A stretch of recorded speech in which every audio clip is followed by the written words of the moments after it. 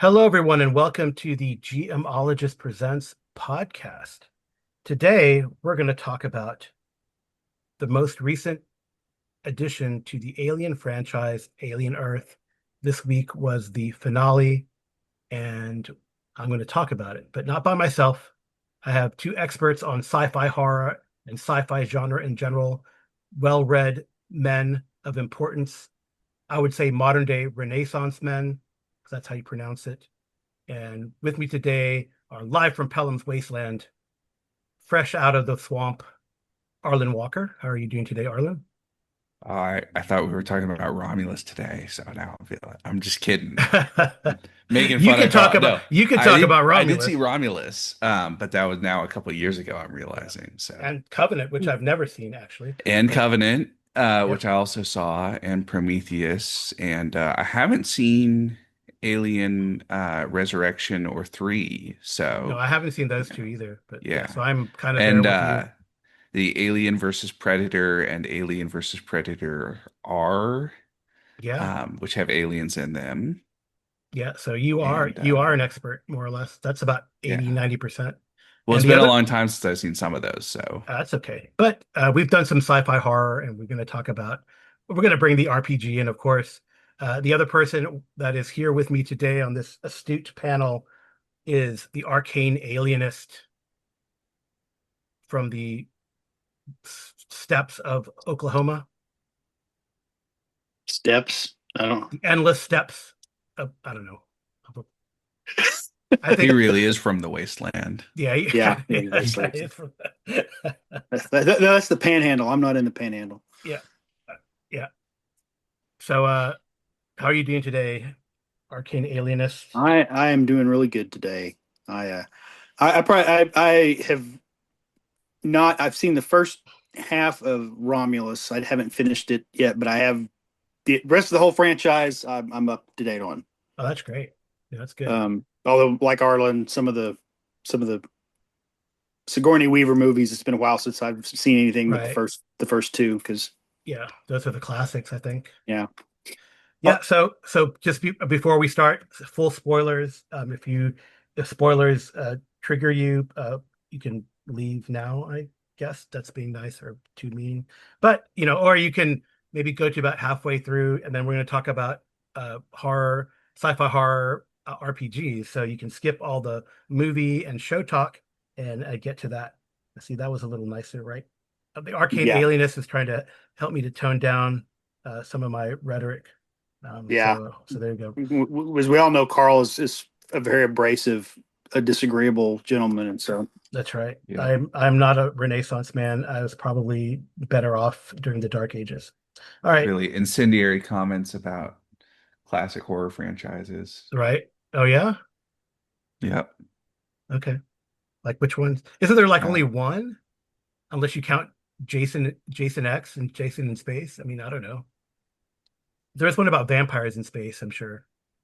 is it a franchise? I mean, Are I there think a like ones? franchise you've got to have at Wasn't least. Eddie Murphy in that movie? I don't know. Anyway, let's talk Alien Earth. So Alien Earth came out this year. It is a television series created by Noah Hawley.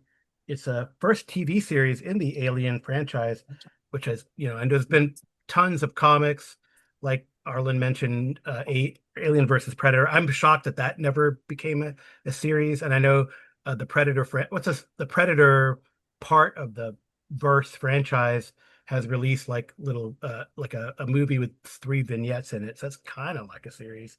And it has also released straight to um to video or to streaming movies as well. So I guess Prey, right? Prey was straight to streaming, is that right? Yeah, Prey was Yeah. on streaming, although I think that was because it was in the middle of the pandemic was Yeah, part yeah. of it. And then Killer of Killers was to streaming. Yeah. And then there's Predator Badlands that's coming out later this year that's Oh, a okay. in theaters movie. So Okay. Is that going to be like that has ties to Alien versus Predator as well. yeah, yeah, it has like a Weyland-Yutani nice? android in the trailer and stuff. So Oh, very cool. yeah. Yeah. All right. Well, it's So, interesting. I think one thing to distinguish on that is there Alien versus there's kind of Ridley Scott's Alien verse that includes all the Alien movies plus Alien Earth, but it excludes Alien versus Predator. So kind of in the Prometheus verse, I guess you call it the Prometheus verse. There aren't Predator doesn't exist in that because it has its own origin and timeline for where the xenomorphs come from. And then the Predator verse has a different version of Weyland-Yutani and the xenomorphs that have completely different origins. Yeah, as just a someone looking top down, unless I read it, all the comics and that kind of stuff, I wouldn't really know that. They seem one and the Yeah. same, right? They have very similar Well, themes. I think until Prometheus and Covenant, they could kind of coexist, but then Alien versus Predator postulates that there have been xenomorphs on Earth for centuries because the Predator they have a hidden arena in Antarctica where they come fight xenomorphs. It's been around forever, and the Prometheus and Covenant postulate that the xenomorph was genetically engineered just a few years before the events in Alien. Oh, really? So the ones Yeah. that popped out of the Navigator Covenant kind of makes them very more recent as opposed to because that looked in the original Well, Alien movie, that looked very ancient to me, that down ship that they visit Yeah. on the and I planet. think there's a sort of question in Prometheus about the age of the xenomorphs, right? Because there's all of this, like visual art that's clearly meant to be xenomorphs on the planet, right? And so there's Yeah. there could be it's the sort of thing of, you could meld them together and say that, well, the engineers created the xenomorphs a long time ago, and then the predators just found out about them and decided that they were good, for hunting Yeah. and all of that. So I don't know. I think the real problem is that the Alien versus Predator movies suck, and so there's no real reason to include them in the canon. But they're fun. Yeah, They're that's fun in sort of the they're fun in the beekeeper sort of way, just a lot of mindless yeah. violence I, and you know, I was full I of was talking to somebody at plot work. holes. Yeah, I was talking to somebody at work the other day, and I literally I watched the second one, and I don't even remember. I just remember like two or three scenes from it. Like the plot just was so like I completely. She was like, "Yeah, don't you remember that?" And I'm like, vaguely. I know I watched this movie. Oh, there is more than one Alien versus Predator. There's two Alien versus Predator There's movies, two. but there were a bunch of comics before that, which is where Yeah, I think the Yeah, the yeah, I remember some of idea the got comics. started. And there's a series of video games. There's multiple Alien versus Predator video games. Okay. That I think there was the one from like right around 2000 that is regarded as the best, partly because it was really cool for like asymmetrical gameplay, right? So you had yeah, the xenomorphs are, like melee killers, and then the predators are stealthy, and then it's colonial marines because it's in the future, and so you get to play as all three of the different factions, and they have very different play styles and stuff. That's interesting. Yeah, Yeah, that'd be kind that's of cool. fun to. I mean, I think if you throw, this is an interesting question for sci-fi aesthetic of the verse. If you throw predators into the, say, Weyland-Yutani-verse, the alien verse, does that ruin that sort of concept? Does it make it more space opera then? Because now you have a potential trading partner, I guess, as an alien species, whereas xenomorphs in general and all those strange xeno xenofauna that they introduce in Alien Earth they're not friendly. They're not, you know, we don't know a lot well, about Well, I think the Yautja are pretty unfriendly too, yeah, right? I what's think the that? jury's still out on the eyeball. Well, I think it definitely has the Oculus thing definitely has Yeah, some intelligence, it seems. I don't know, but it could still be, well, it does have some it, intelligence and mischief. It was shown, I think. it tried in the flashback, and we might put some of the stuff in context there, but it showed it initially trying to help the crew of the ship. It was trying to communicate with the scientists, and it tried to Hmm. save them from the xenomorph. Yeah, and And then then I it just guess once it got on Earth, they pissed it off enough that it just or it just got frustrated, and then it yeah, took matters into its own hands. Yeah, yeah, yeah, it's cool. It's yeah, definitely it's worth watching. yeah. It's on Disney/Hulu, Arlen, so for listeners as But do you well. want to establish? Do you want to jump into Alien Earth, or do you want to go back and talk about the origins from Prometheus and No, let's talk about Alien Earth, and then Covenant? we can because Okay. it's great because Arlen, again, being naive to Alien Earth, can jump in like, how does this relate to Prometheus or etc. or Covenant or even Okay. Romulus, right? All right. So right, All so right. the premise is that this takes place before, right, before Alien even, right? So before the Alien It's about 19 3 years before Alien. 3 years before Alien, but is after Mhm. Prometheus and Covenant, correct? Or no? Yeah. It is okay. So after Yeah, it Prometheus and is. Covenant, but yeah, I guess that explains. Okay, anyway, that explains something that I was wondering about. Anyway, so the premise introduces three separate destinies of immortality in mankind. So they have cyborgs, cybernetically enhanced humans, which I had not seen before in the franchise, unless I missed them. Then there's artificially intelligent beings, the synthetics, and then now there's hybrids, which are synthetic beings with downloaded human consciousnesses, and these are the ones that they kind of focus on in the Yeah. series, and we'll get to the ethics, and I think that gets into the corporate horror aspect of it too. So the way that the franchise starts really is you get to sort of a partial flashback to a vessel called the Maginot, and it crash lands on Earth and it seems like in the world they don't give you like some exposition about it. You just learn that it crashes in the part of the Earth that is controlled by a mega corporation called Prodigy, and the Maginot is from the Weyland-Yutani research, I guess, research vessel. I don't know. Anyway, so yeah, so then meantime in Prodigy, what they have been doing is researching on these hybrids, and these hybrids they've put human consciousness, kind of downloaded human consciousness, a la what you might see in a game like Eclipse Phase, or what you Mhm. was kind of touched on in Alistair Reynolds' Revelation Space set of books, very transhuman, and they put this consciousness of kids, though. That's the one of the to me a moral They dilemma. basically Children, right? taken yeah, they've taken six of them. Yes, Yeah, six. terminally Yeah, ill children and downloaded their consciousness into basically, as far as anybody, their families know, they've died. right.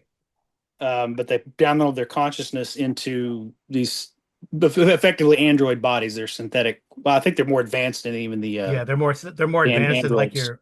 your Weyland-Yutani, Yeah. white blood. But they're adult bodies, and I Mm-hmm. think one thing you got to credit the actors Mm-hmm. that play these characters, particularly the two younger boys. They do an amazing job as adult actors Yeah, playing like 12-year-old boys, yeah, that's Adara. giggling and Yeah, goofing around and yeah, being Adara stupid. Shkurov is slightly, and then Arana James is Curly, and they're all Yeah, named after characters in the Peter Pan, the Lost Boys. yeah. Like the main character played by Sydney Chandler, um, her real name is Marcy Hermit, but the boy Cavalier, who's I guess he's an amalgamation. Would you say he's an amalgamation of like what is, I don't know. Maybe you can describe. So Sydney Chandler plays Wendy, who's kind of like the first hybrid and almost the leader of the hybrids, um, as well, and still. Yeah. So yeah, I think they do a And great. there's this whole juxtaposition of Peter Pan. Yeah, which Um, is curious, right? It's a it's which I think I saw kind of where it was going to go after about the third episode, but and mhm, so he's this kid. His name is Boy Cavalier. That's the only name they've given him. yeah, He's a child prodigy. He's I think probably patterned on the worst aspects, at least from probably the perspective of people in Hollywood, of probably Elon Musk and Zuckerberg, and he's basically a tech bro, but he's a tech bro in this in the future world. postulated future where we're Mhm, really looking at AI. Um, but the idea is he's so wealthy he can do whatever he wants. Like there, nobody can, but he's probably what the character is still probably himself, only what 20 years old. yeah, He's barely more than a child himself, and he's pretty immature because right. of probably a combination of age and being sheltered because he's so wealthy and his own sort of narcissism. Mhm. So he reads Peter Pan to these characters, and he names them after the Lost Boys, except the first one he names for Wendy. Mhm. Um, and yeah, there are excerpts of him reading, Peter Pan to him at night before they go to bed. Yeah, Um, that's weird, strange. Because and so Peter Pan is not the. I mean, clearly the Disney version has issues. That's a whole nother podcast for a whole nother type of discussion and category of podcast. But the Peter Pan, the book, the Peter Pan is not a nice as the Peter Pan cartoon, right? I mean, yeah, it's almost like a it's almost like a horror tale in a way, right? An abduction horror tale. It was ends up yeah, being, which is, and I think it's funny as well. It seems like he's reading from Peter Pan, and then they actually show Disney excerpts. I guess they're allowed yeah, to do that because it's on Hulu and Disney. But anyway, they yeah, showed excerpt from the Disney. I think what's really interesting is like in several of the later episodes, uh, Marcy, uh, who they call Wendy, so she's always correcting, what really happened in the book. This is what really happened in the book, and it's kind yeah, of it's interesting and makes shows a darker side of the Peter Pan story, right? So I think that's yeah. that's pretty cool. But the interesting thing is, and I guess you sort of looking at the theme is, and you see the shift in the last episode, and I kind of go, oh, I see where we're going. I saw this about halfway through. I think this kid, Boy Cavalier, fancies himself Peter Pan. Peter Pan, supposedly rescues these abandoned children from the mortal realm and takes them to Neverland to be his lost boys, Hmm. and they don't grow up. I think he thinks he's Peter Pan in this story. When the very first thing he does in the beginning is send his goons in to raid someone else's shipwreck. Yep. He the Weyland-Yutani ship crashes in his territory, and he goes and he plunders that ship Right. instead of just giving it back to the rightful owner. Hmm. Um, Yeah. There's this he's a whole. pirate. He, Yeah. he He's a thinks he's pirate. Peter Pan, but he's a Yeah. pirate. Hmm. And the character of Wendy, if you look at the way they have her dress, the way she cuts her hair, the way she walks, the way she carries herself, that is to me clearly an homage to the tradition of having a girl play Peter Pan on the stage. She's Hmm. kind of got a short haircut. She kind of stands with her hands on her hips, and she is more behaves more like Peter Pan, even though Right. she's Her supposed to name's be Wendy. Wendy. Yeah. It's Um, interesting. and at the end, they never really say no. They don't say it in so many words, but I think at that very end, where she kind of confronts him in the last episode, you kind of see that shift of it's like, oh, Right. And he's you not had it like all wrong. and I mean, he pretends to be naive, but he's not as naive as he pretends to be, right? We Yeah, learn that as well, which is pretty interesting. So I people have think said he's basically the next Jeffrey Baratheon. He's the young kid that you want to see die horribly and painfully on screen. right, yeah. Well, so let's go back to this ship, and I think something, and maybe have Arlen chime in too, because like that's something I really liked about, right? There's always been the xenomorph, right, from the Alien and Aliens movies, and Hmm. then they start diverging in a way in Resurrection when you're like, oh, okay, they can affect, they can affect dogs, right? So they have like a dog alien, a xenomorph hybrid, but then like uh, Prometheus and Covenant introduce other aliens, which I think is pretty interesting, or other ways to become alien, right? So that what I liked in Alien Earth, um, and Beach and I will talk about explain them to you. But there's five alien species, so four besides the xenomorph that we traditionally, Yeah, yeah. So what do you think Yeah, about there's like a what Prometheus did in a way to kind of introduce new types of creatures, right? The things in the black goo, right? So I think it's the Prometheus, the way that they get to kind of xenomorphs is, I think, interesting, um, because I mean, it's obviously different than what we've seen in the franchise before, where we've basically just seen the life cycle of face huggers into xenomorphs. And the face huggers come from the eggs, and the eggs are laid by the queen, and there's not. Um, Really any explanation as far as I remember in the first couple movies about the like the queens as a specific difference, although in like in bees, right? Just it's just some of the eggs can become queens, Right. and they Yeah. they like sexually differentiate based on the needs of the hive, essentially. So I assume that that's what happens with xenomorphs, though I don't know for certain. Yeah, I've heard there's a Um, theory, just to chime in to get in there. So I heard there's a theory that if like, depending on population pressure, like if it's the only alien in the area, that what it'll the most dominant one will become a queen.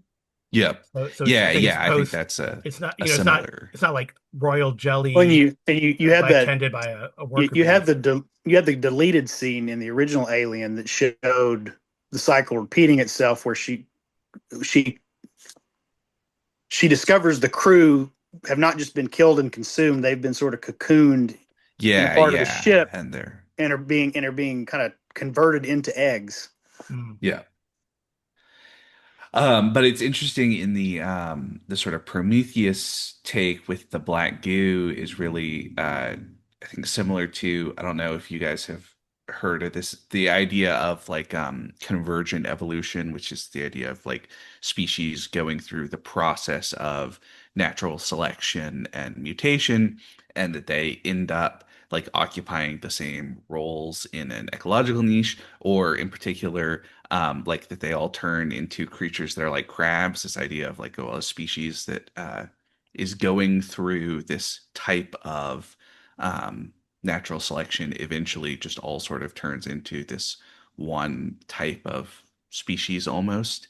Mm. But people also Yeah. talk about it with like convergent evolution in other places. So like tech stuff, the idea that like every piece of gaming hardware for gaming PCs all looks like it has evolved from the same line, even though it's from all these different companies and stuff. Mm. I think the black goo stuff in Prometheus is kind of interesting along those lines of this idea that it sort of does all of these different things, but they're all kind of related to the same kind of like genetic processes, which is fun and weird to me. So, that's Yeah. a cool. Well, I think they eventually, once you put Covenant in there, I think the idea behind if I remember it, the goo is that the engineers created humanity, and then they decided to destroy humanity, and the black goo is basically a plague they were going to unleash on humanity. Mm. Yeah. Um, but they, Instead, they were it thwarted. genetically edits, right? It's like mRNA editing, like what the Yep. octopi and cuttlefish and squid do. They continuously edit their mRNAs to make the right Mhm. proteins for the environments that Mhm. they swim and shuttle to. Yeah. So Yeah. Yeah. that's cool. Yeah. And So yeah, so I don't know, Arlen, if you want to get into like the xenomorph origin and or if we want to do that later, but this sort of Prometheus kind of do they sort of give a sort of an idea of where the xenomorph comes from in relation to the engineers and humankind. yeah. Let's go ahead and do that, and then we can introduce the other species or talk about the Yeah, other species. because in the Prometheus Covenant timeline, right, the xenomorphs are presented as like similar to what we see in the other ones, right? There's a process of implantation and then the growth of the kind of parasitic organism that eventually does the chest burster thing. Hmm. Um, but Yeah. in Prometheus, we don't see like a normal xenomorph. The only one we see is implanted into the engineer, and then comes out and looks a little different. Mm.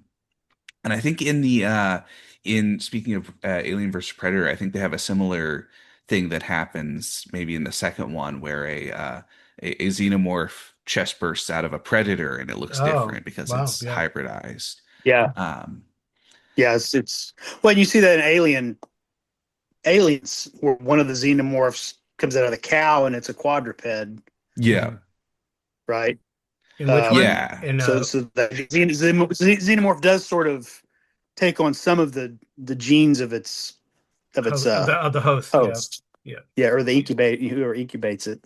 Yep. yeah. So there's this sort of idea of the kind of parasitic adaptations available to this Yeah. particular multi-stage organism. And then in Alien Covenant, it's presented as a sort of a kind of a natural selection refinement of that process done Mm, by Yeah. Michael Fassbender's character to perfect the xenomorph organism mm, from the kind of naturally occurring version that happens when xenomorphs come out of engineers and humans and all that sort of stuff. But that if you could shape the development of the organism into a kind of a true xenomorph as we are familiar with it mm. in Yeah. the rest of the lore. Um, Interesting. which So that's is sort of the implication is that you've got sort of this proto xenomorph that you see in Prometheus, and then David takes that the android takes that and kind of becomes almost like a Dr. Moreau kind of character in Oh yeah. Covenant, where Mm, yep. he's stranded on this See that. planet and he's just creating he's genetically engineering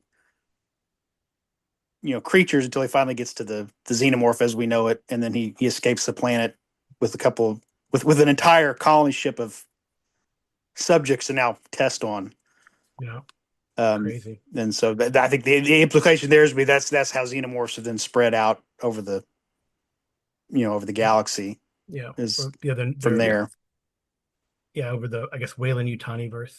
Which is Well, and then of course Yeah. also I think I don't think Alien Covenant is that good of a movie, but we're talking about kind of themes and stuff, and I think it does have some of the other classic Alien themes are really well presented. In particular, one of the very first scenes in the movie, it might be the openings or prologue, is David the android in a room with Guy Pearce as Mr. Wayland, which is in Prometheus, that's sort of the spoiler for the end of Prometheus is that Guy Pearce is in old person makeup and he's on the ship and he's searching for the source of eternal youth, basically, right. and all that sort of stuff. Anyway, he's in the room and there's a great sequence where him treating David as a completely disposable servant in this room, and he's sitting on a chair and sitting next to a tea set, and David is across the room, and I don't remember what he specifically says, but he basically says, "Pour me a cup of tea." So David walks over to do the thing that he is like right next to and set up for him, and it's such a great visual Yeah. demonstration of this Hmm. idea of completely thoughtless coercion of the company in the Alien franchise. Yeah. That theme is definitely Yeah. borne out in the Alien Earth series And too. I think Ridley Scott is involved, of course, in the original Alien in Prometheus and Covenant, and as a producer and kind of developer of Alien Earth. And you almost could pull his version of Blade Runner into the Yeah, verse. I heard that's Well, also it's part of the yeah, verse. Blade Yeah. Runner is supposed to Yeah. be in the much closer to our timeline version of the Of same Yeah. thing, but that that same. the replicants are pre-synthetic, Yeah, they're Yeah. pre-synth, basically. pre-ash, yeah. Yeah. So yeah, another so yeah, so they do have like a cyborg in this, which is interesting. Morrow, who is from Weyland-Yutani, which I think is kind of Hmm. cool, as is a main character. And then they also have Timothy Oliphant as Kirsch, who is who is like the a Prodigy Corporation synthetic chief scientist. I did Yeah. not. So this is to me was is a big spoiler. I did not know that Adam Ines. I guess maybe the name Adam. I should have figured it out, but I didn't realize he was a synthetic until the last episode. Yeah. Well, they did. Yeah. They never hinted till the Yep. last episode Yep. that he was also a synthetic. Yeah. Um, Which is cool. So let's talk about the new the new alien species, right? Because we have the xenomorph. yeah. And then we see all these right really early on, right in the first episode, right? We Yeah. see They show them to all us. they show four of them at least in the first episode, and then Yeah. they show some other they show the fifth one briefly, but you don't really get to see it until later Yeah. in the show. But so they have the I don't know the official name, but I'll tell them I'll describe what they do, and then maybe BJ, you know the official name. So we know the xenomorph. Then we have the Yeah. ones I don't know. we have the ticks that like suck people's blood out. Yeah. Yep. and then we have the plant-like creature, which don't really know Yeah. what it does. And then we have It's basically a cloaker yeah, from D&D it's like in a lot of ways. it's a combination of a cloaker and piercer, I think, Yeah. and cave fisher. Yeah. Anyway, yeah. So then and then we have the other one we see is the who's almost like a star in and of themselves is the little octopus with the eye Yeah. oculus creature. Yep. And then finally we have these like flies that eat metal or that process Yeah. metal. They're like so fly-like creatures that live in like a hornet type nest. So the kind of like wasps, the kind of And wasp social. they have to they basically emit some sort of bile or acid. Yeah, They spit it out on mineral and to break it down so they can then slurp it up. slurp it up. Yeah, yeah. So I think they're pretty. I think it's a cool addition because it expands the concept that anything that is not human is hostile to you. Yeah. Well, and sort of until the flies were really kind of came into focus, Hmm. it was like the synthetics and the hybrids were just they weren't there was no danger. Right. I mean, they're actually fast enough and tough enough to even fight a xenomorph. Hmm. But this thing can melt them. Yeah. Well, the Oculus, it didn't seem like it was trying to. It was seems like in early on it was trying to possess one of the hybrids. So yeah. So the tick things Yeah. they latch onto like your jugular vein or whatever, and then they suck someone's blood out, and they saw there's some very gruesome deaths that happen with regards to Yeah. that. Then the flower like pod thing, the thing that you described as like a cloaker, cavefisher, Yeah. piercer, It hangs from the from above, but we don't know and what it it's does got a until the last tentacle. episode. How Yeah. It's like a Venus flytrap. It yeah, engulfs the prey, and then yeah. Yeah.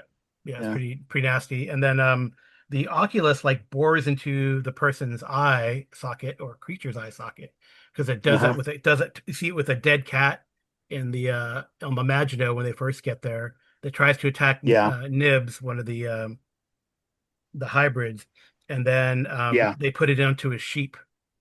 And it kind of lives on as the sheep's eye for a while and observing and watching and stuff like that. And like you said, BJ, you thought it was trying to help. I mean, it clearly does not like the Well, and xenomorphs for some reason yeah, because it's when trying you to help. Yeah. well, we get in the first episode the scene that shows the crash of the Hmm. ship, and you get to see glimpses of the aliens, Hmm. and you just know that they crashed and the xenomorph got loose, and um, Morrow was the There's security eggs. officer of the Yeah, there's ship. eggs Yeah, around and yeah. yeah. So, but then we get in the midpoint in the season, we get sort of a full And flashback episode that yes, explains what happens. yeah, and that's in episode 5 in space. No one hears you scream, but it's no one dot dot dot. Right. Yeah, So yeah. So then they and see, and that was really. I felt bad for them. Imagine. I was like, I know there. I know it was. So again, full spoilers.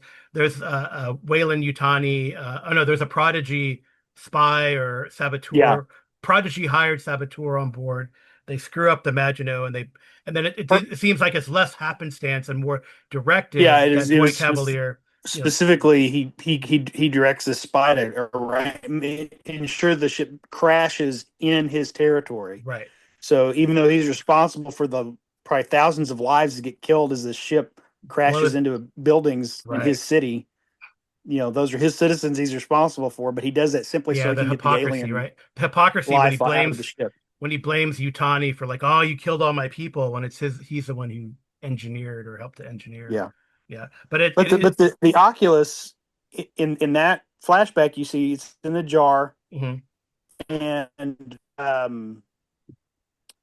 is it the ticks that start to escape? Yeah, the ticks start to escape and then it kind of And, says, and the hey, Oculus is tapping on the glass, trying to warn the scientist, like it's trying to help her mhm. almost.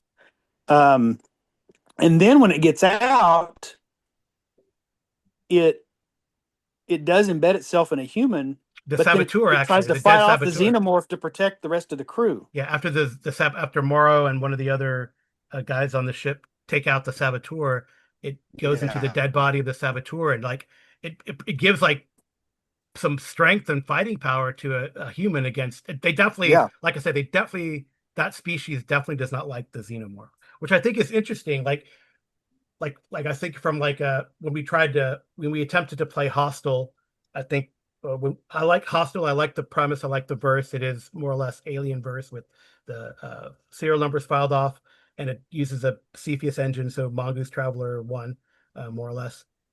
That's been the SR or the what's it called? The SRD has been the OGL Hmm. is created for it.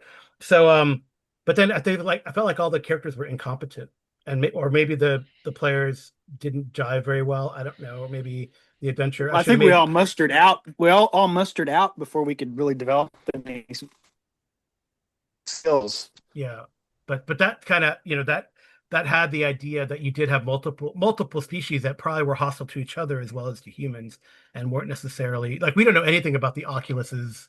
Like, is it like a are they more? They seem to have it seems to have intelligence, right? More so Yeah. than like the cunning of the xenomorph, right? The xenomorph to me is like animal-like, pack mentality, right? So like wolves or how the Jurassic Park franchise shows velociraptors and Dion Dionycuses, right? Well, they're actually Dionycuses, but they call them raptors, velociraptors.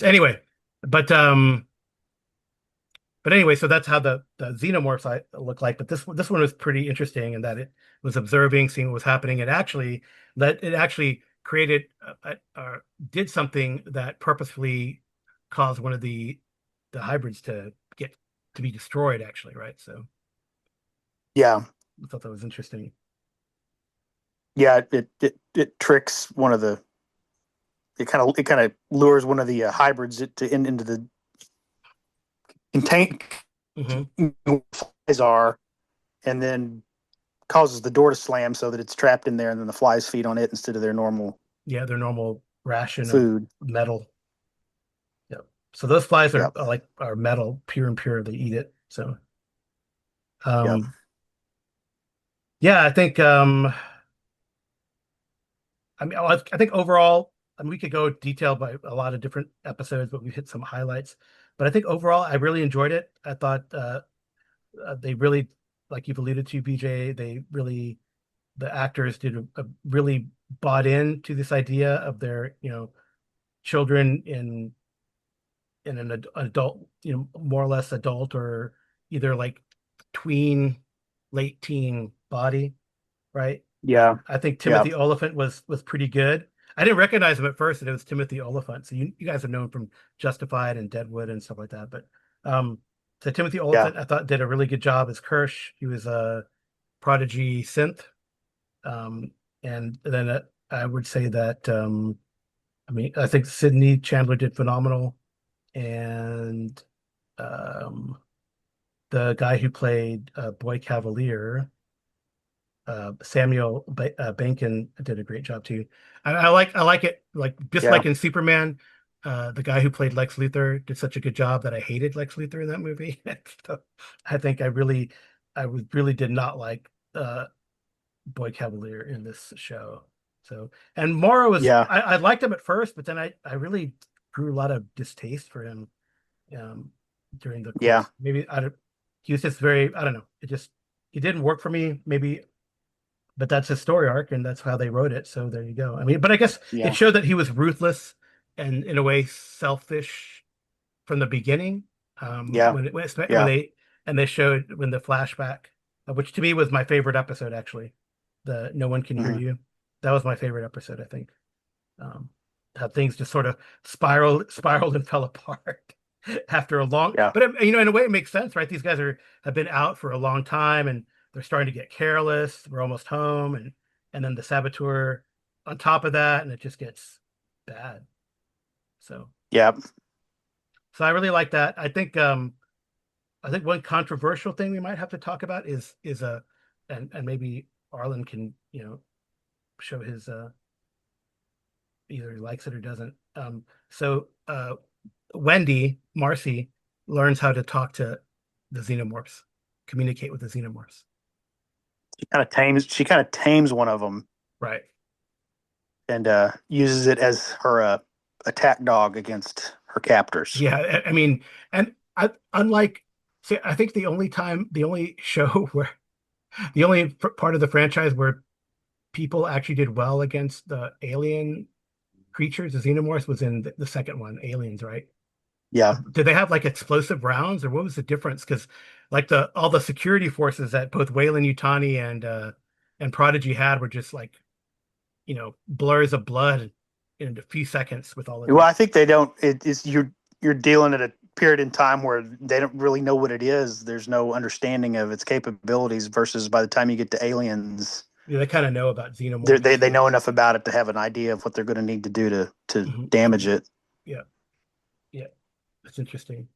Yeah, so what do you think about that, Arlen? That the this hybrid. I mean, it is more or less a robot with a human digitized consciousness in it, but it learns how to talk to the uh the community of the xenomorph. I thought that was kind of interesting. But the other thing they don't ever really get at, because I don't know how important it really is supposed to be to the xenomorphs being, but the idea that the xenomorph has some of the DNA of its host, and that particular xenomorph was grown in her brother's lung. Well, Remember, the little one, not remember. The big one that she fought. Oh, did she kill that one? she killed the first one that She was on killed the that one. ship, Oh, she killed the first but one on the ship. the one she befriends is or tames is the one that they had to Oh, remove her right. brother's lung, and they grew it in his lung in Yeah, a just kind vat. of this is freaky, right? Yeah, and the little one is the one that burst out of the I can't remember his name, Arthur, yeah, poor the guy. Arthur, the scientist that they Yeah, set up to yeah. who now is the host at the end of the season. Now for next season, he's the host of the Oculus. The Yeah, Oculus got into his body, yeah. So now he's a zombie.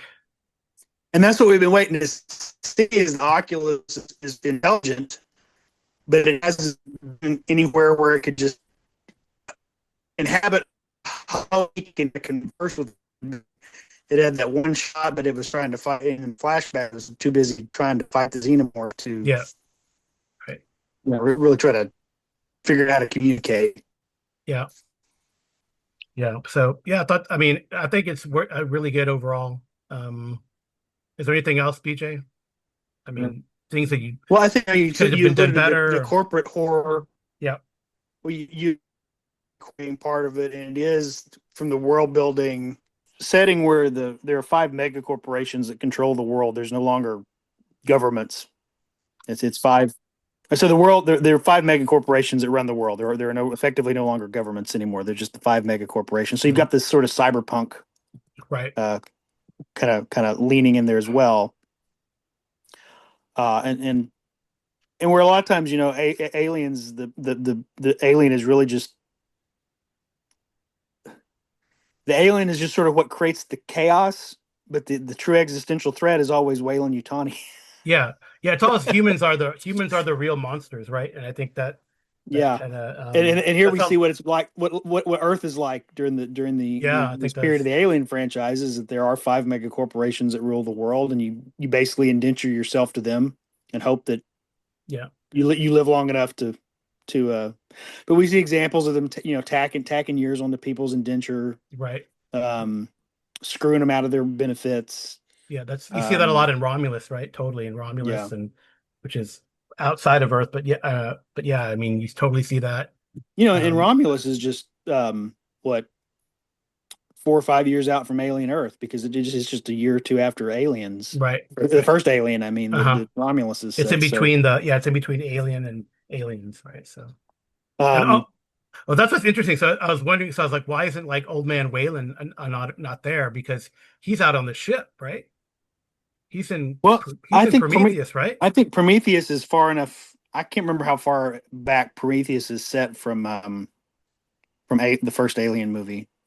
I But he think he's would, supposed to be a good period of time. yeah. But I mean, they don't have fat. They have like near light speed travel in this verse. They don't have. I think they don't have quite light speed. So right, that's why they put people into stasis Yeah. as they travel across the stars. Well, and So I don't think old man the original way. I don't think he survived the end no, he didn't. Right? of Prometheus. Yeah, I don't think he Yeah, yeah, did. he dies. He And dies. So poor Charlize Theron.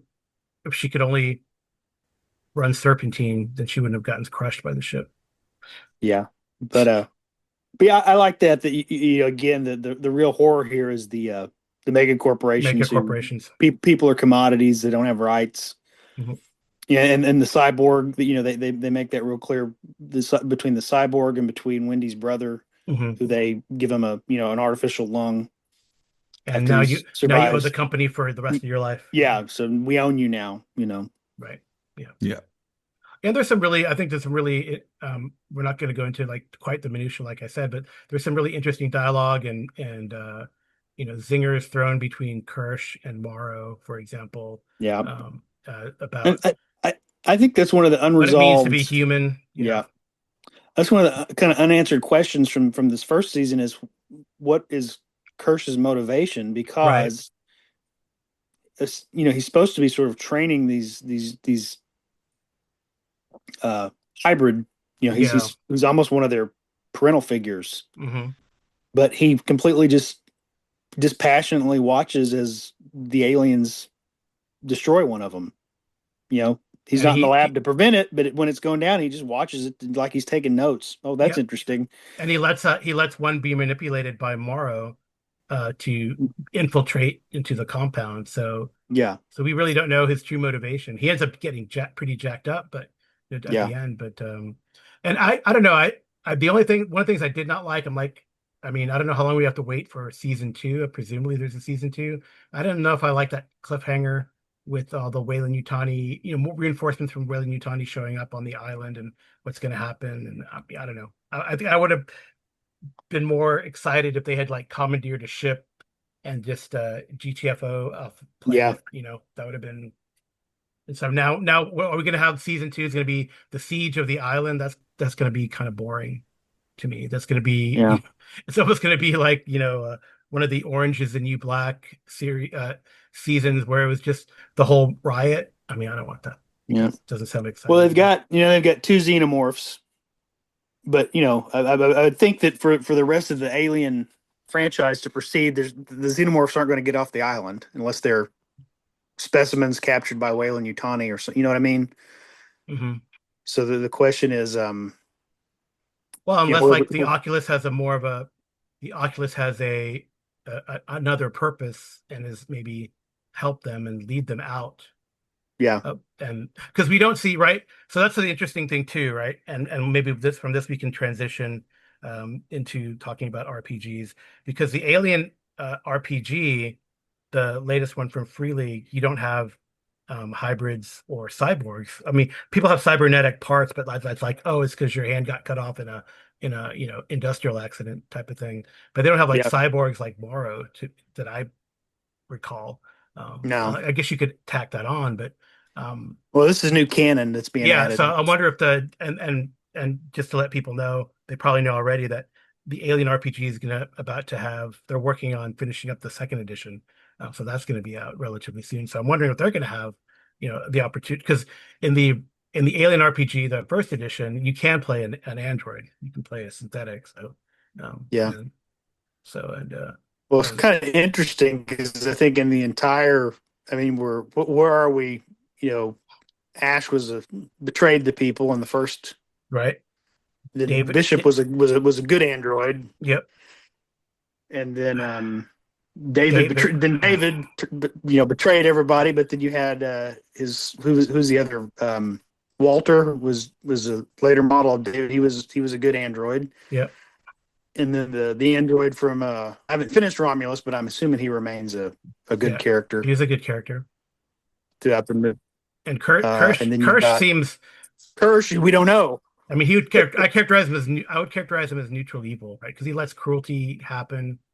You know, he lets bad things happen for his own purpose, but he doesn't really seem quite loyal to to Prodigy for whatever reason. And I thought maybe he's going to be Yeah, like a Weyland-Yutani spy, but I don't. That doesn't seem plausible either.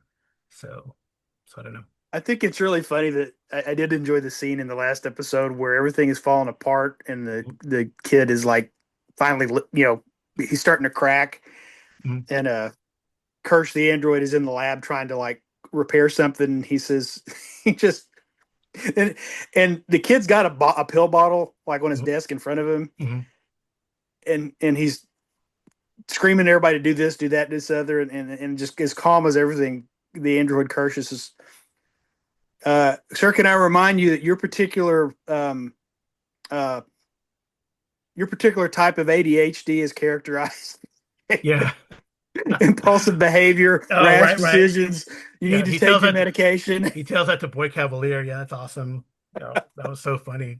So I mean, yeah, I think Alien Earth, that type of setting and scenario, it'd be great to learn more about Earth. I'm sure there's something you could find, whether on the Alien Wiki or in Yeah, the books, the various games. You could probably find something on what Earth looks like, or you could use any sort of cyberpunk, corporate driven future to run, yeah. a tale like this. It would be would it be interesting? Would it be interesting to run as hybrids? I mean, I don't know. If you had that option, I guess I'll ask you guys as a player, if you had that option to be to run as a hybrid, would you do it? Well, it kind of makes you superhuman compared to the other. Well, as much as an android, right? Synthetics are pretty powerful. Yeah, I mean, mechanically in the game they are. So yeah, but I would think the androids would have some of the um, drawbacks of not really understanding emotions, not being able to intuit things. yeah. I could see mechanically there would be limitations on an android that might counterbalance. But with the synthetic, the idea is you have all the creativity, intelligence, and Mhm. you know emotional life of a human being in this Kind of. immortal Yeah, but then they said that synthetic like body. you can't do it to adult. I mean, the technology is, oh, you can't make an adult a hybrid, an adult consciousness a hybrid. Well, and you even see a couple of the kids crack Right.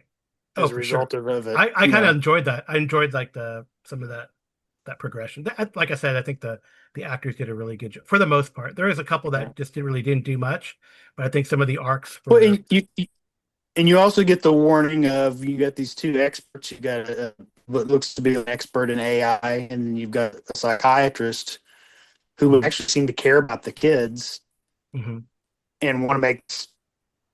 They don't want to push them too hard. They want to sort of see how this goes. They have plans for what happens if they get upset, Yep, if things go haywire, and then the corporate greed comes in and pushes them to break their protocols. yep, yep. It's interesting.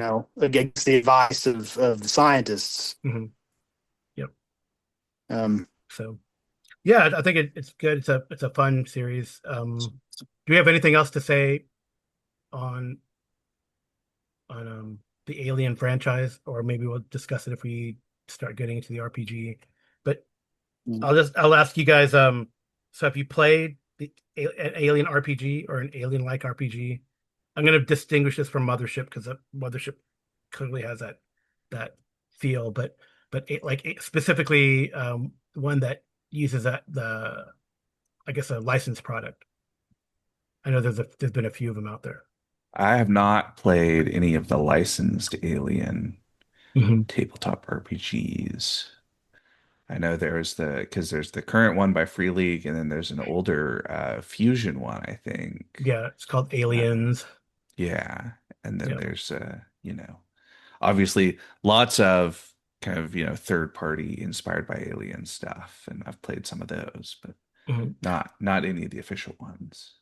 Yeah, one thing I like about the Alien RPG, so it is a tougher. I think it's that Free League meet near zero system. So you have a pool of six-sided dice and you need a six to succeed. So it's a challenging system. You're not gonna succeed a lot, and then it encourages you to push it, which players are apt to do. And then when you push it, you start getting stress, and there's some point where you can reach a break point, right? As you get the stress dice has a if you roll a one on the stress dice and you can panic. So I think I like that mechanic a lot. It's very similar to like Mothership. I mean, I think that increases attention, builds attention. I think that's necessary in a sci-fi horror game. And it also makes fun, crazy shit happen at the table, honestly. So when I've run the Alien RPG, and I'd like to run it again. I had an idea for like a colonial marines sort of tale. But now I'm waiting for the second edition to see what they do, how they make things different. So we'll see. Hopefully it'll be totally backwards compatible, but you never know. And I really have enjoyed another one that, like you said, inspired is Mothership. So we played Mothership. BJ, have you been able to play Mothership? I haven't. Yeah. So and you, I guess, with your silence, you had not played any Alien. No, I mean we played briefly the Hostel, which is not really. Oh, yes, I true. guess it's not. Yeah, it's Yeah, just we not branded Alien, but it's yeah, it's supposed to be that industrial, uh, industrial sci-fi type vibe, and yeah. there was a big crazy alien. I think if we had continued, yeah, I was trying to think. I was trying to have like a story there. I don't know, things happen, right? So with groups sometimes. But yeah, it was. I think Hostel would be pretty good. I like Mothership again. It has like a increased stress mechanic, and it's pretty simple percentile dice system, where you have to roll under, and it's challenge. It's pretty challenging. I think the goal maybe of the player sometimes is to be in a situation where you don't roll. Yeah, I think Mothership is a really well-made game. Their products in particular are really good. The like various adventure books and stuff, they do a really cool like kind of blend of all these different kind of visual graphic design stuff, but also the like the actual adventures are fun and interesting and have a lot of like very evocative stuff. So like there's one for the Zero E as they call it now. Before the Kickstarter, there was a an adventure that had a whole kind of psychic disturbance thing, and there's a D100 nightmares table just in the book for Mhm. things that your characters have nightmares about while they're on the ship orbiting the planet. And it's like, okay, well that's pretty fun and weird, and very evocative for that particular adventure.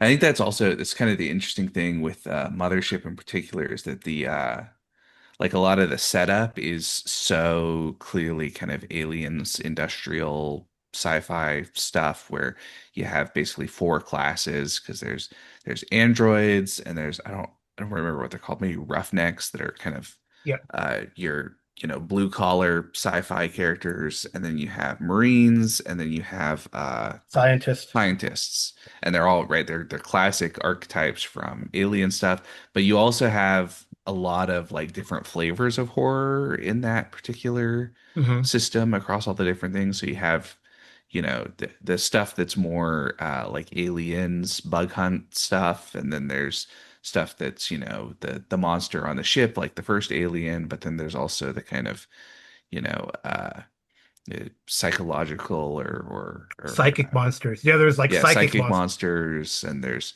sort of weird. So I think that's really cool because it's a neat kind of expansion on with the Alien franchise. They kind of have to have aliens, and but Yeah, it's cool to be like, hey, this is like a generic version of this kind of blue collar retro future sci-fi system that because it's not alien specifically, you can have all sorts of other fun and interesting ideas in there. yeah. Have you played anything like that, BJ? Or do you know of anything? Um, you know, you can get there with Traveler if you want to. It just Oh, depends yeah. on what kind of plot you want to set up and what kind of adversaries and scenarios you want to throw. Um, you could definitely travel, or you could trap people on a derelict ship or in a ruin with a nasty monster, or you could have an AI go rogue, you Hmm. know, and and uh and you can have sort of this awful situation that we're finding ourselves in the middle of as caused because of a corporate you know Yeah. Yeah. corporate cover up or espionage or Yeah. Just more, it's just like different, right? It's like it's probably not presented as horror, but I think no, but you sometimes can have horror aspects. I think this Traveler with its roots and inspiration taken from like golden age of sci-fi. right? It's a little Yeah. clean, it's a little cleaner, though you can like Yeah. we have versions like Hostel where it is more industrial, and I guess you could do that. And I think in say in the Traveler across the Traveler franchise, they have attempted to do that. Say, for example, when they had the Rebellion era, and then they did have like an AI virus take over and start taking Yeah. control of ships and doing bad things, and then that caused like another um I guess uh just the implosion of trade and the verse, right? Travel and trade, and then you have these Yeah. pocket polities, and then it maybe can become like more industrial, more, with the tech level system. You definitely could do it. You Yeah. could totally shape it that way. I mean, you could Certainly even with, have I think default traveler, the tech level is really too far advanced. right, If you but really if you want, did but if you used, I know they're about to relaunch. Is it 23? Was it 2380, 2300? yeah, You could that's probably do closer. that, and Yeah. I think I know that's the one that's pending, or they've started to do. Mongoose has been doing that using the Cepheus engine. Yeah. Yeah. Yeah, so So but you could, but you could. I mean, if you got all the players on board, you'd say, okay, you guys are from this industrial world, tech level 9 or 10 or whatever, and you don't yeah, really talk about the wider. Maybe they're like in a rift or something. You really don't talk about the wider universe, and then you have them do some adventures, and yeah, suddenly spacemen come or aliens come or something, right? And it could become that, and yeah, you could. Uh, right?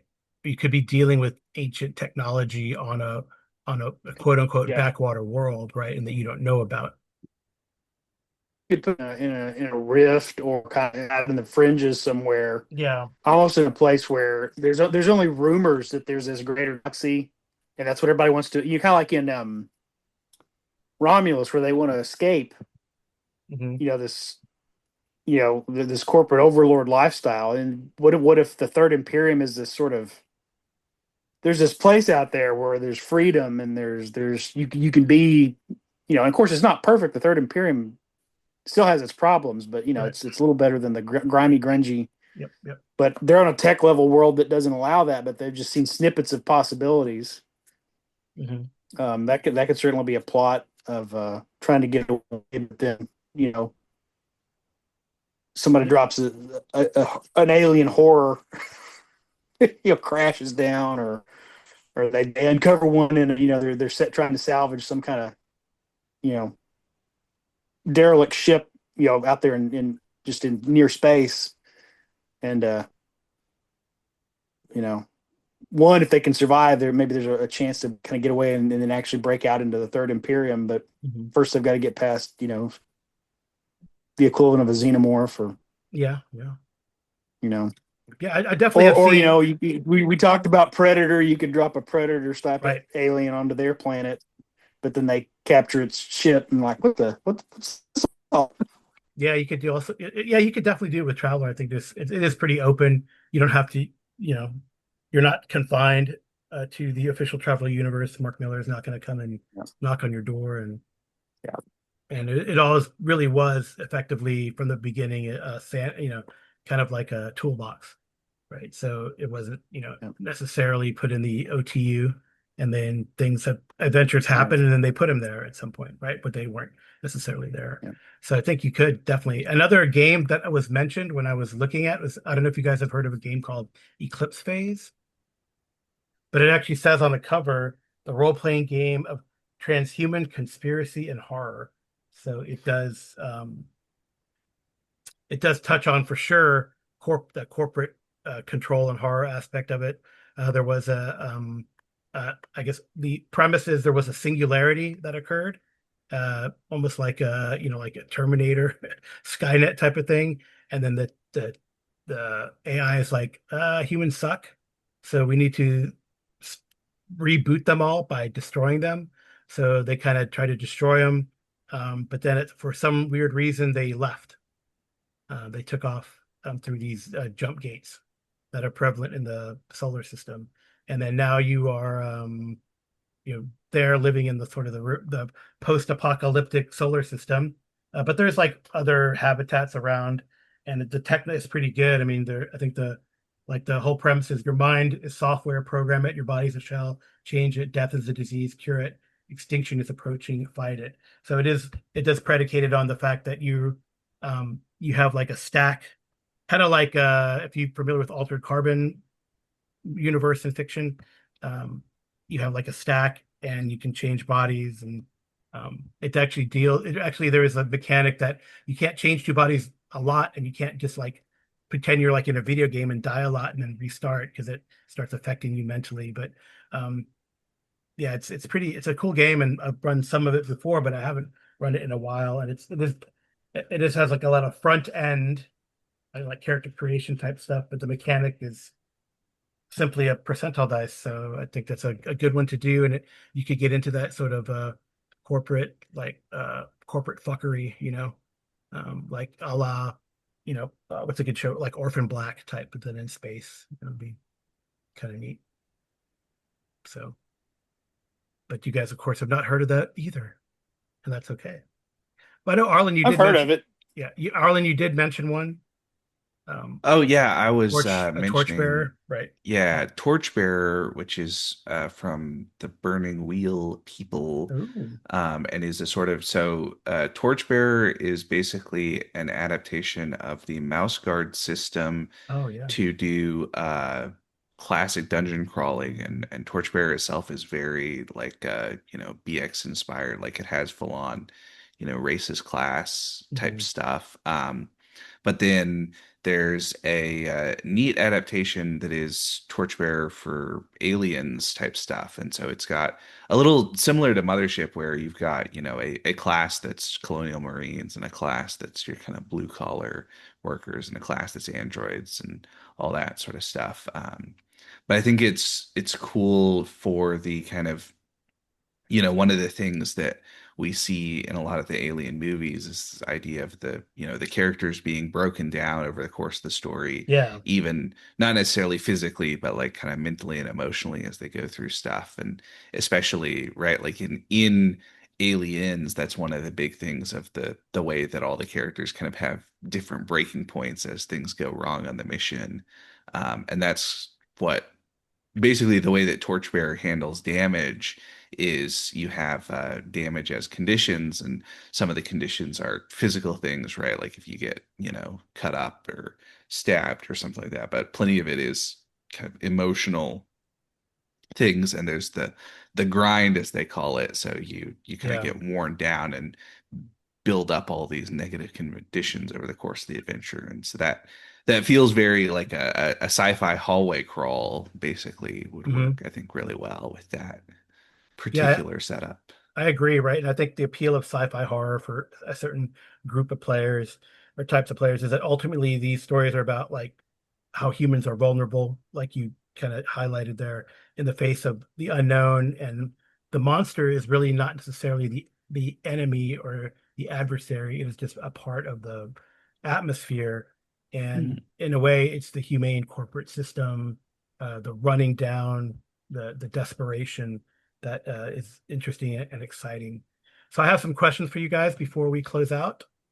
And you can add in any other points that you might be inspired by these.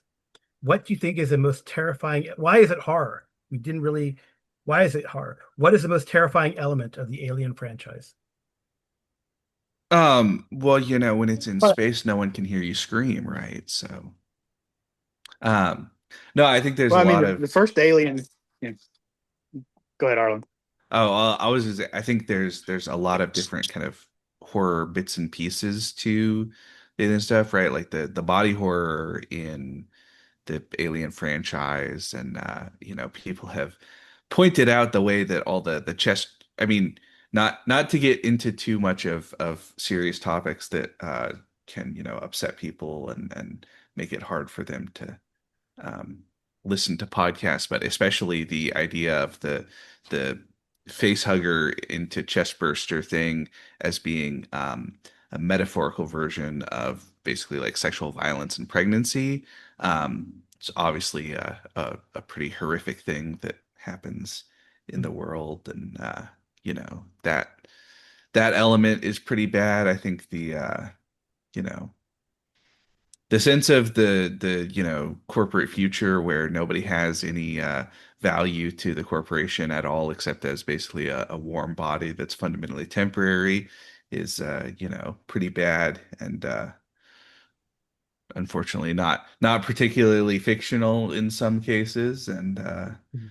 you know I don't know. Yeah. I guess I would say the real horrific thing in Aliens is uh that they sort of did all of the alien stuff in the first two movies, and ever since they've been like, okay, well, is there one alien or multiple? And that's kind of the options.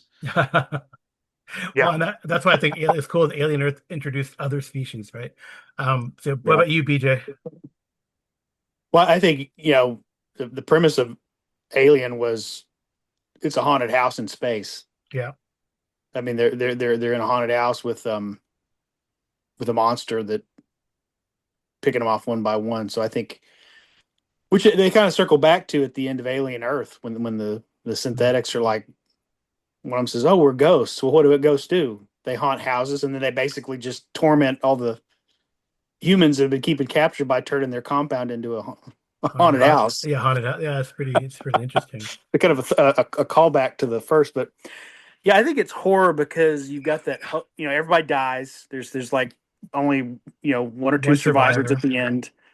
They die horrible deaths. There's sort of an existential overlay, but I think even without the corporate stuff, even if it was just taking place in an otherwise nice world, this monster is it's kind of got slasher elements, but also monsters just picking people off one by one, and they're overmatched. Mhm. Um, I was actually thinking about that when you said we would do this topic, and I'm like, well, what's the difference in, say,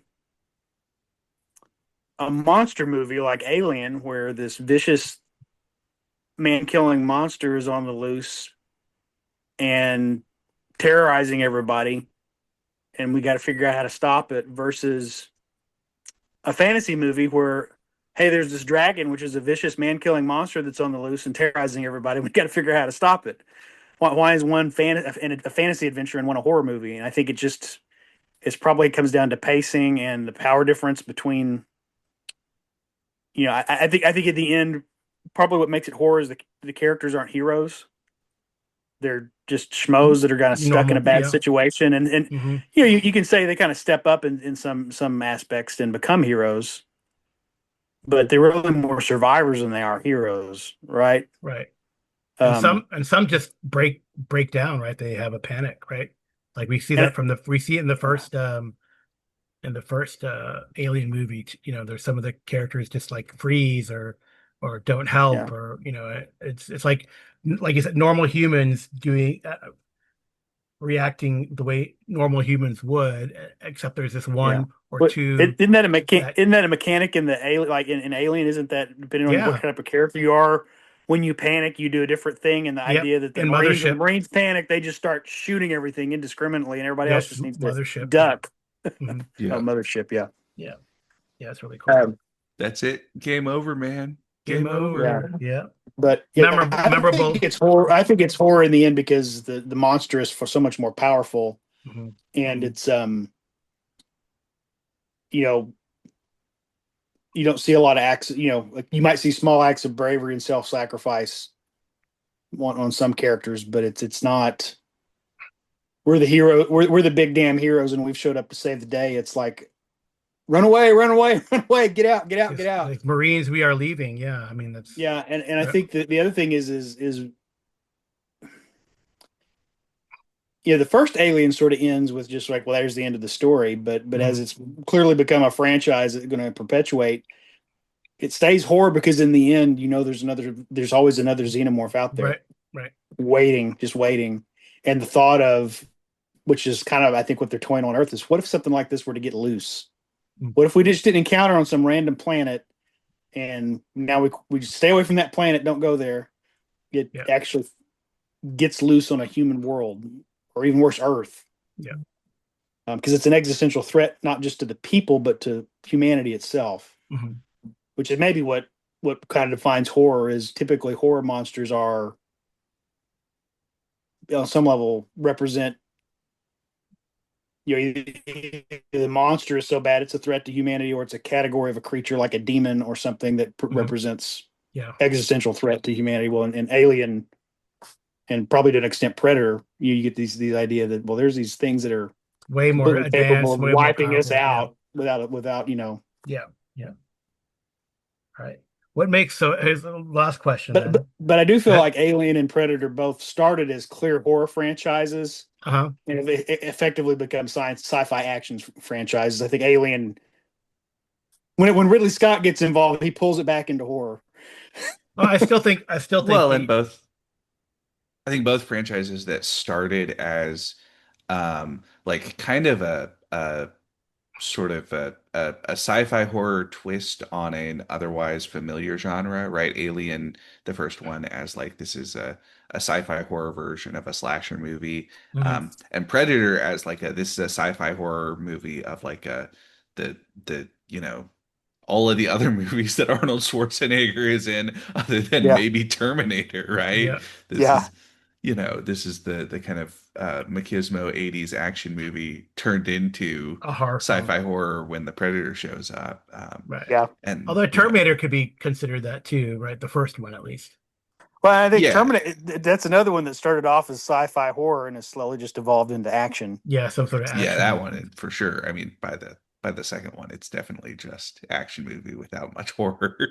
Yeah. Yeah, but I mean those colonial marines get wiped out in Aliens, right? Pretty much. It's Yeah, like yeah. The thing is, once we as the audience are familiar with the monster, it's kind of Godzilla. It takes a lot now to turn Godzilla back into oh, an actual horror monster. Which, if you haven't seen Godzilla -1, they did it. right. Well, I think I was going to mention But something. I think it's still always tense to me when someone's caught in the room with the face hugger, or like in Alien Earth, the Oculus is like yeah, scuttling around the room. You don't know where it's coming from. It tries to get you. You got to fight it off.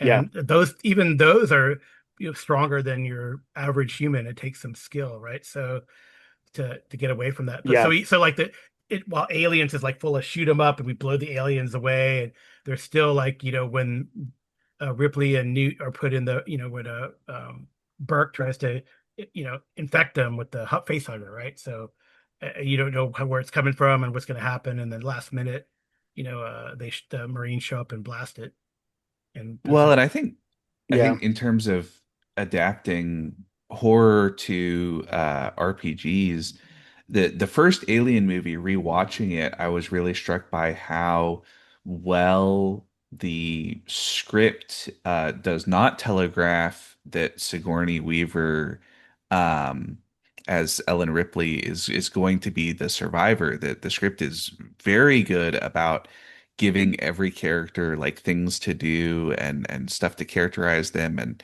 as they start dying off, it becomes more and more clear that she's the survivor. Mhm. um and I think that that's a thing that in an RPG where you have, right, if you have like five players who are all playing characters, and you have this sort of idea, well, somebody might make it, but you can do that really well, of that sense of like, well, everybody has a character, and it's not really set in stone what order they're going to die off, unlike, say, Alien Romulus, that I think does a Mhm. really bad job of Yeah, managing that type of balancing. But yeah, that's kind of a natural place, I think, where RPGs do really well, of having yeah.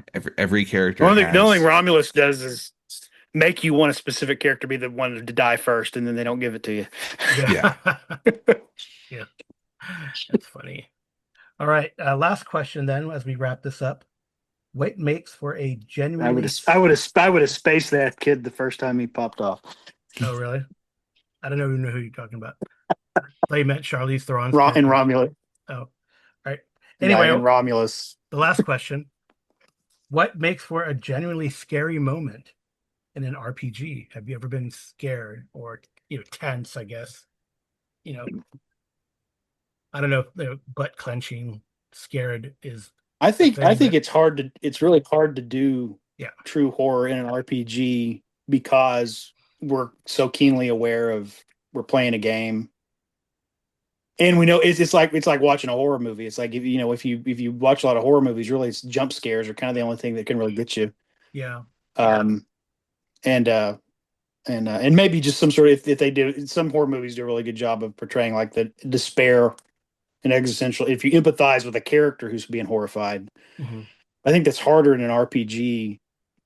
I almost wonder if you have to get Add in outside factors, mood well, lighting. you have Yeah. to do more of an immersive kind of thing, which Mhm. most people don't do. I think I've heard Anthony Boyd talk about being able to scare players, but he had like the lights down, had really set the atmosphere in the room to kind of make it spooky, and then you have to really do kind of an immersive. There can't be a lot of cross talk, a lot of out of character Yeah, talk. yeah. You really got to get people sucked into the moment so that you can then slam your hand down on a table and make them jump, or Right. change, suddenly change the pitch of your voice and evoke a reaction.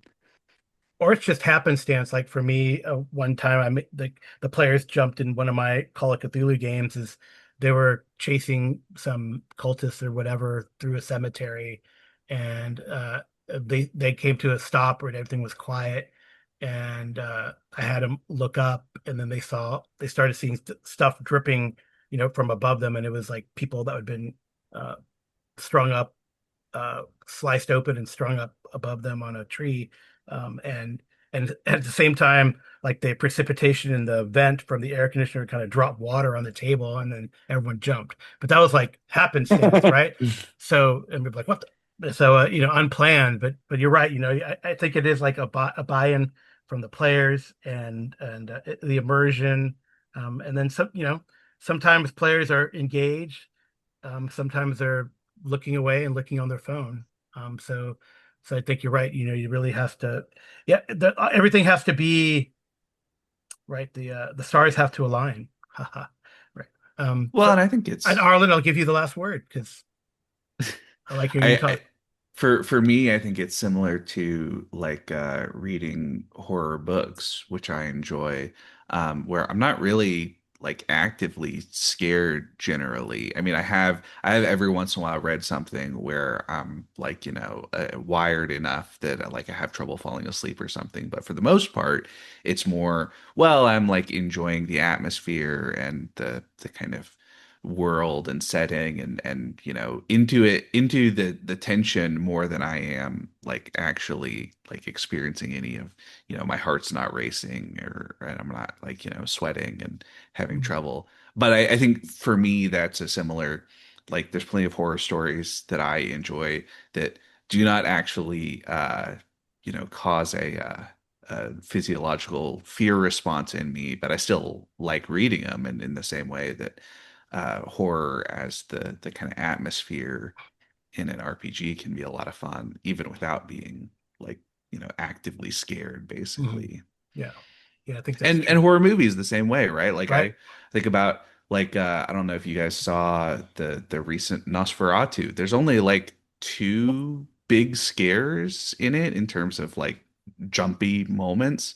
But really fun movie that has a lot of horror elements, even if Mhm. it's not, Yeah, trying to make your heart race necessarily in terms of those big like pop scare moments. A lot of it is more just like the atmosphere is fun and it's cool to watch the characters doing all that stuff. yeah. And Yeah, I and think kind of, I think Eggers has learned that you can't really scare audiences anymore. You can just kind of disgust them.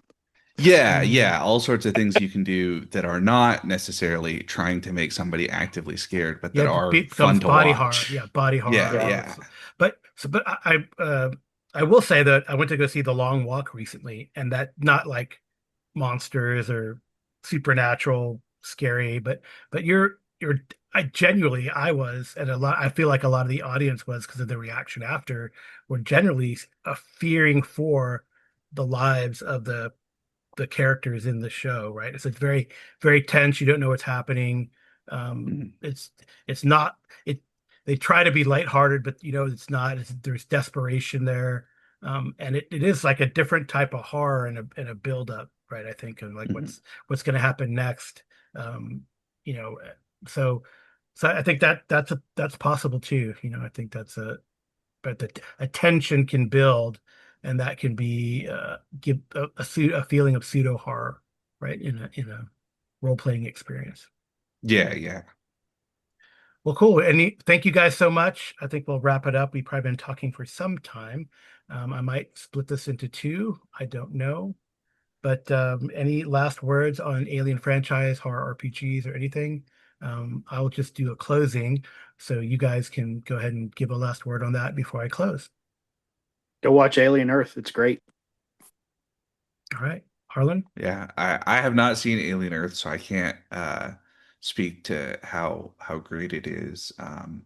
But I've seen a lot of the other Alien stuff. It's pretty fun, pretty cool. There's all sorts of, I guess that would be my thing, is that if you have a particular system that you really like, there's so many, third party alien things Stay out there that frosty, I'm right? sure That's you another can. one I just thought of. Yeah, yeah, I'm sure you can find something really fun to capture that feeling if you're excited about the alien atmosphere.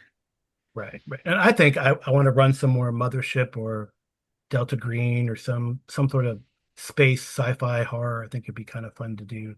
And good thing, probably by the time this comes out, we've already started October, and you know what happens at the end of October. So, uh, Samhain or Halloween, whatever you guys want to call it. So, thank you guys so much. Thank you, Arlen, for getting out of the wasteland and joining us. Thank you, Arcane Alienist, for joining us from the windswept plains of You know, where you you know, you live. know, you know that's only like half the state, right? I live in the part that has forests and hills and Well, I'm just basing this off of Western movies that I've seen and the musical Oklahoma. So, no, I've been there. I know. I'm just giving you a hard time. I So, know. but thank you guys for joining me to discuss Alien Earth, the Alien franchise, and talk about space horror and RPGs. I hope it was fun for you guys, and I think we probably have some more games on our to-do list, especially Mothership. We've dabbled into it, and it was really cool that Arlen and Streamrolla have played that together. So we got to bring BJ in, one of our partners in crime, for doing this stuff, and let him experience Mothership or Alien Cool. RPG or Alien RPG. Just a very short outro. Thank you, everyone, for listening. This has been the Geomologist Presents. The intro and outro are done by TJ. The cover clip art, actually, I think probably will be a still or the Alien Earth promo poster. So, yeah, if you have any questions or comments, shoot me a line. You know the usual places, geomologist@gmail.com. DM me on various discords or send me a message through SpeakPipe. Thank you again, Arcane Alienist and Arlen from Live from Pelham's Wasteland, for joining me to discuss Alien Earth, Alien franchise, and sci-fi horror. Good night and good rolling.